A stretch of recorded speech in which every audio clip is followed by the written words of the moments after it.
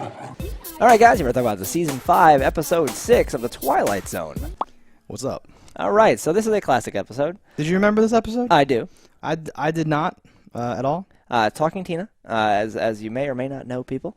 The episode itself is not too creepy, not too like I don't want to say it's not too interesting, but the concepts it displays are very interesting. Okay, I was gonna say, like, I don't love the episode itself too much. Well, because like it fine. suffers from the time period, so like they couldn't do too much with the doll. Like it's not walking around doing things. Well, like even how it ultimately gets its like revenge on the man is it sat on a stair. Yeah. And he tripped. It reminds me of that scene in that like Tales from the Crypt movie or something like that with the little like voodoo doll things or whatever. It was very like, oh, that's really funny.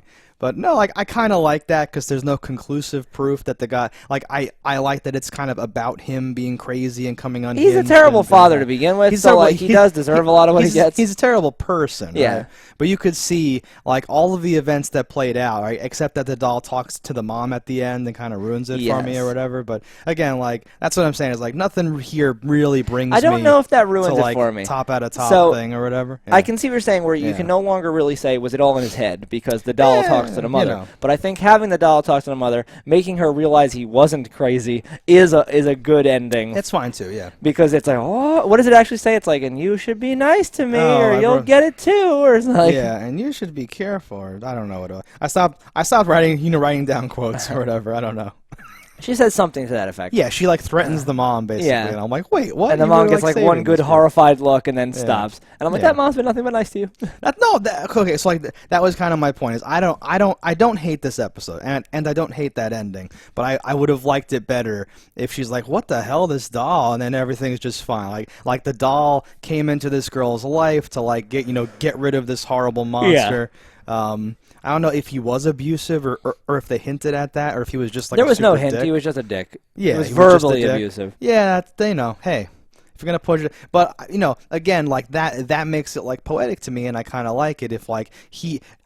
Not saying the doll wasn't a cursed magical doll, but that from his perspective, he just let like his own flaws and like monstrousness and being a dickness led to his death in like that way, right? In a modern retelling of this exact episode, the father would also be like a pedophile, and like the doll would pick him off, and then the doll would like kill the mother too because the mother didn't do anything to stop her from doing that, and then it would be like her in the last scene would be her like in foster care being picked up by like two new parents, and the doll would be like, better be good to her, and then it would end. Oh god, something like that. Sure.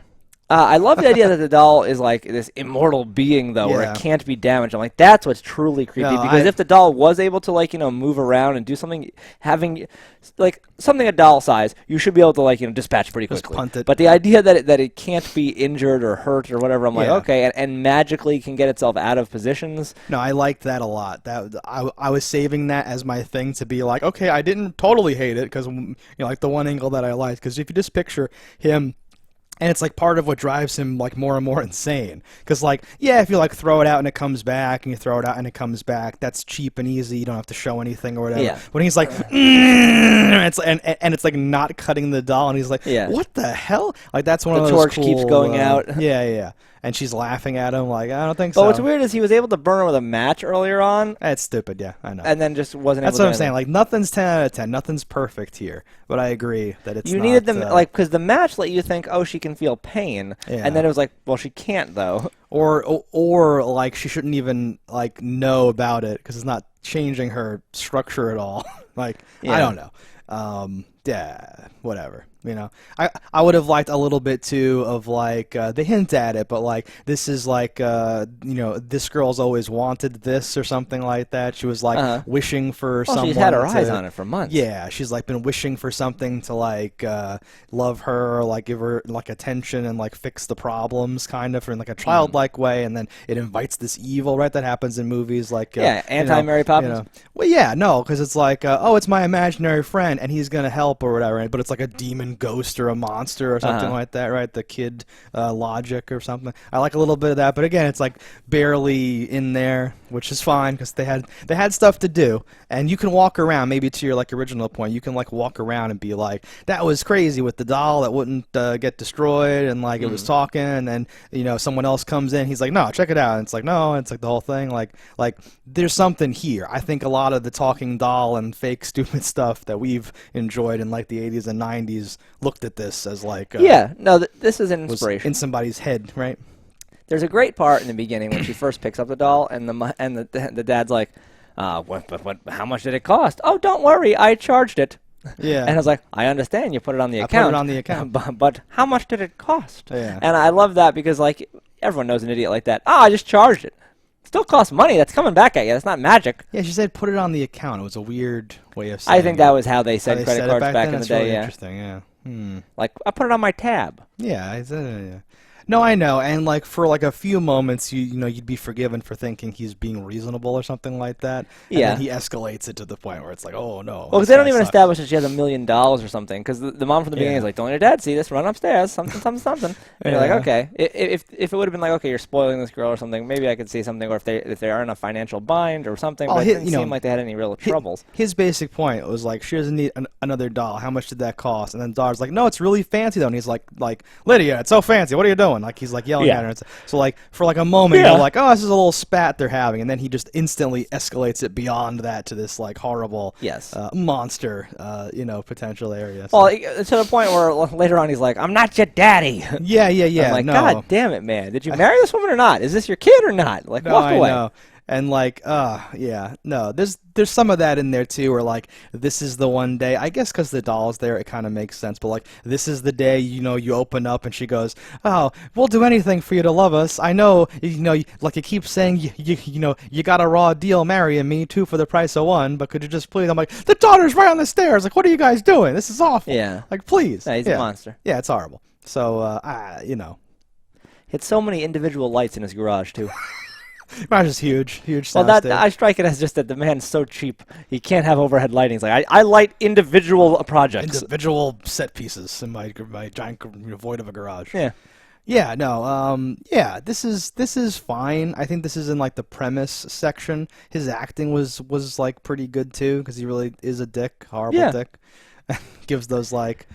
Talking Teen is definitely an episode when people think of Twilight Zone, they think of this episode. So this is a classic of the Twilight Zone world. Okay. So like I think if you ask your average like Twilight Zone historian, this is in like the top 20 of Twilight Zone episodes. I don't know if I agree with it based on execution, but definitely in premise I enjoy it.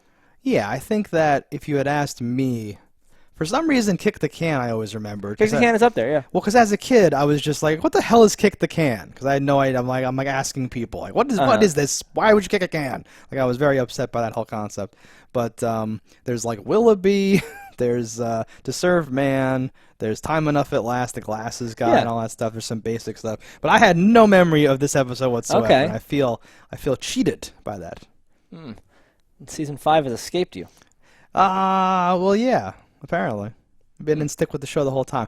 No, I used to watch the marathon sometimes. Yeah, this was every New Year's Eve. There would be a Honeymooners marathon and there'd be a Twilight Zone marathon. And some years I would watch one, some years I would watch the other. Yeah, I wonder how like was it a 24-hour thing? How long was the Twilight Zone? Okay, so that is I guess they would just do. I think it was the Sci-Fi Channel that did 24 hours. So it's probably 48 episodes then. It's literally just 2 an hour, I think. I don't know how they would do it. So it probably averages out to be some weird thing. It's not like that. Sometimes they're 24 hours, but they like it starts on noon on this day and ends at 2 p.m. on the night. You're like, what? Yeah.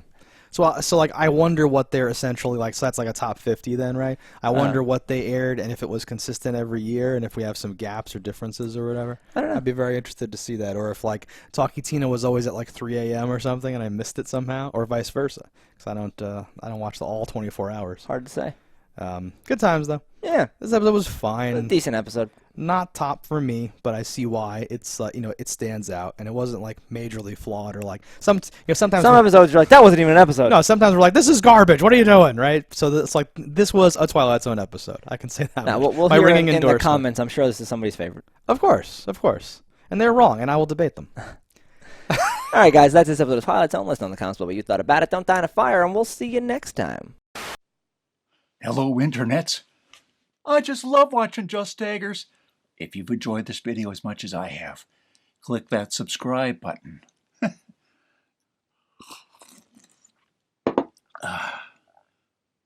Peace out, homies.